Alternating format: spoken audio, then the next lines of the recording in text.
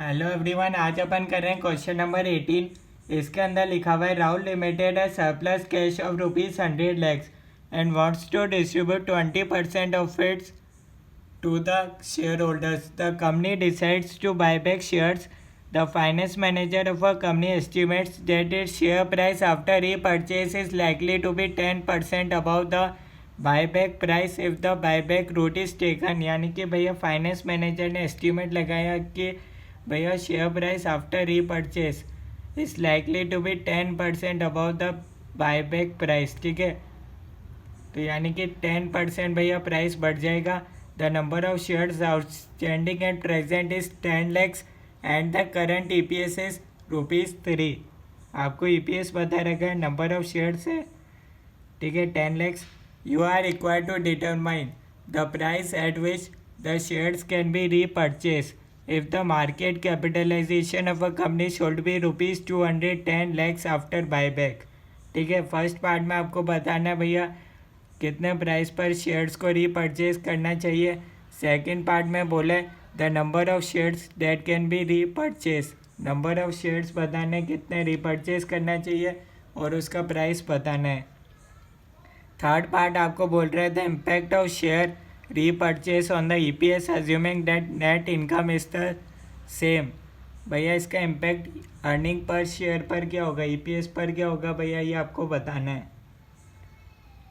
तो अपन करते हैं भैया क्वेश्चन नंबर 18 का सॉल्यूशन। ठीक है,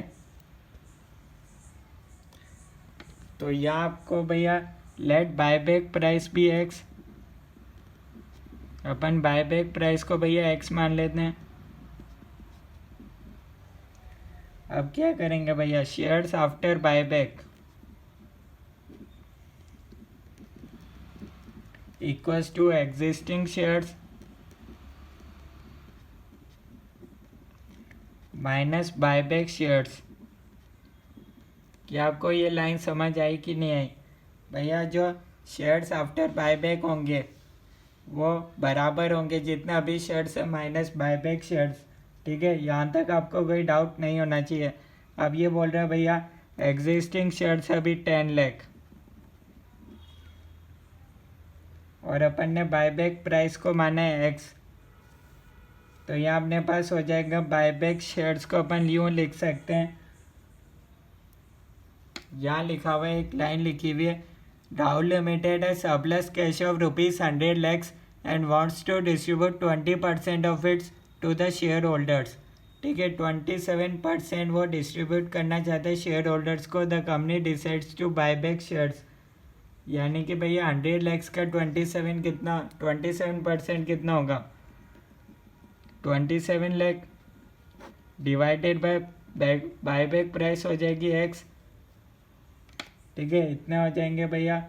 तो ये शेयर्स आफ्टर बायबैक जो होंगे, इस इक्वेशन को आप सॉल्व करोगे तो आपके पास आएगा 2 crore 10 lakhs divided by 1.10x। यहाँ तक आपको समझ आया क्या?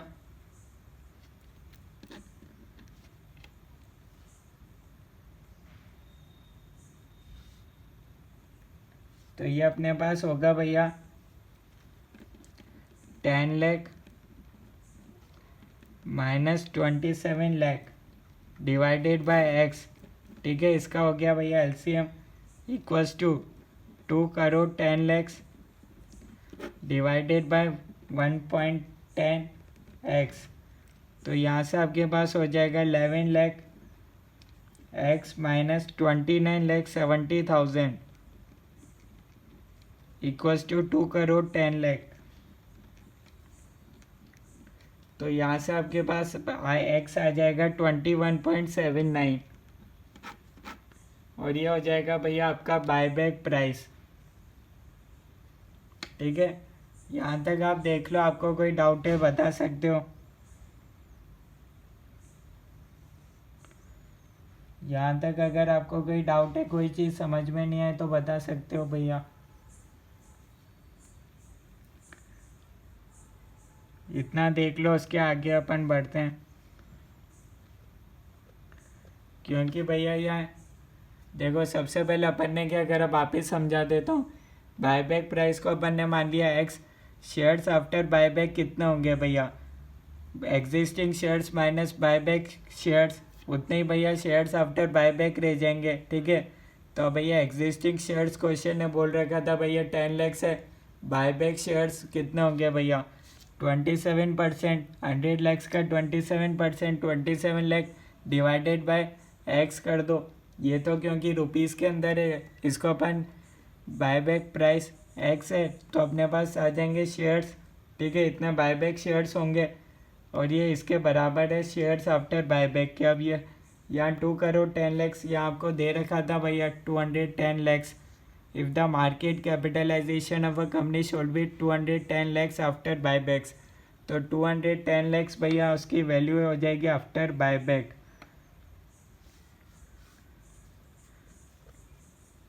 इसको अपन ने डिवाइड कर दिया 1.10x से और फिर इसको अपन ने सॉल्व करा तो अपने पास आ गई x की वैल्यू 21.79। तो भैया number of shares to be bought back, यहाँ से अपने पास नंबर ऑफ शेयर्स आ जाएंगे 27 लाख डिवाइडेड बाय x, इतने आ जाएंगे बायबैक शेयर्स। x था 21.79, 1,23,910, ये था भैया सेकंड पार्ट, ठीक है। सेकंड पार्ट देख लो भैया, कोई चीज़ समझ में नहीं आ रही हो वो भी बता दो।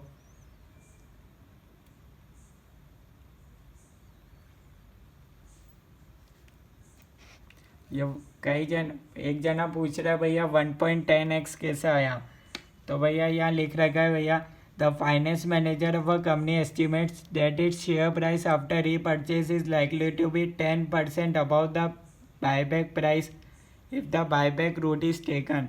तो भैया ये बोल रहा है भैया शेयर प्राइस आफ्टर रीपरचेज होगा वो 10% बढ़ जाएगा, तो इसलिए 1x तो नॉर्मल था, इसमें 10% बढ़ गया 1 का, तो ये हो गया भैया 1.10x, 1.10 हो गया, ठीक है। ये 210 ये रुपीज़ के अंदर था, अपन को चाहिए थे नंबर ऑफ शेयर्स, तो डिवाइड कर दिया भैया एक्स से, ठीक है, एक्स था बायबैक प्राइस, ठीक है। थर्ड पार्ट में भैया बोला द इम्पैक्ट ऑफ शेयर और री परचेज ऑन द ईपीएस। भैया ईपीएस पर क्या इम्पैक्ट होगा, ईपीएस अभी ₹3 है, ईपीएस का फॉर्मूला होता है अर्निंग डिवाइडेड बाय शेयर, तो 3 equals to earning divided by share. Share कितने हैं भैया, नंबर ऑफ शेयर्स अभी 10 लाख, तो इसका मतलब यहाँ से अपने पास आ जाएगी अर्निंग 30 लाख की अभी अर्निंग है, ठीक है। अब न्यू ईपीएस कितना होगा, earning divided by share, earning है भैया 30 लैक्स की अभी अर्निंग है, divided by number of shares, earning तो बदलेगी नहीं शेयर्स बायबैक करने से, शेयर्स पर क्या फ़र्क पड़ेगा भैया, 10 लाख शेयर्स है, इसमें से भैया 1,23,910 बायबैक हो गए, तो ये आपके पास आ जाएगा earning per share ₹3.42। Earning per share बढ़ जाएगा, क्यों, क्योंकि भैया नंबर ऑफ शेयर्स कम हो जाएंगे इसलिए अर्निंग पर शेयर बढ़ रहा है। तो ये था क्वेश्चन नंबर 18 का सॉल्यूशन। कोई डाउट है तो आप बता सकते हो। Thank you.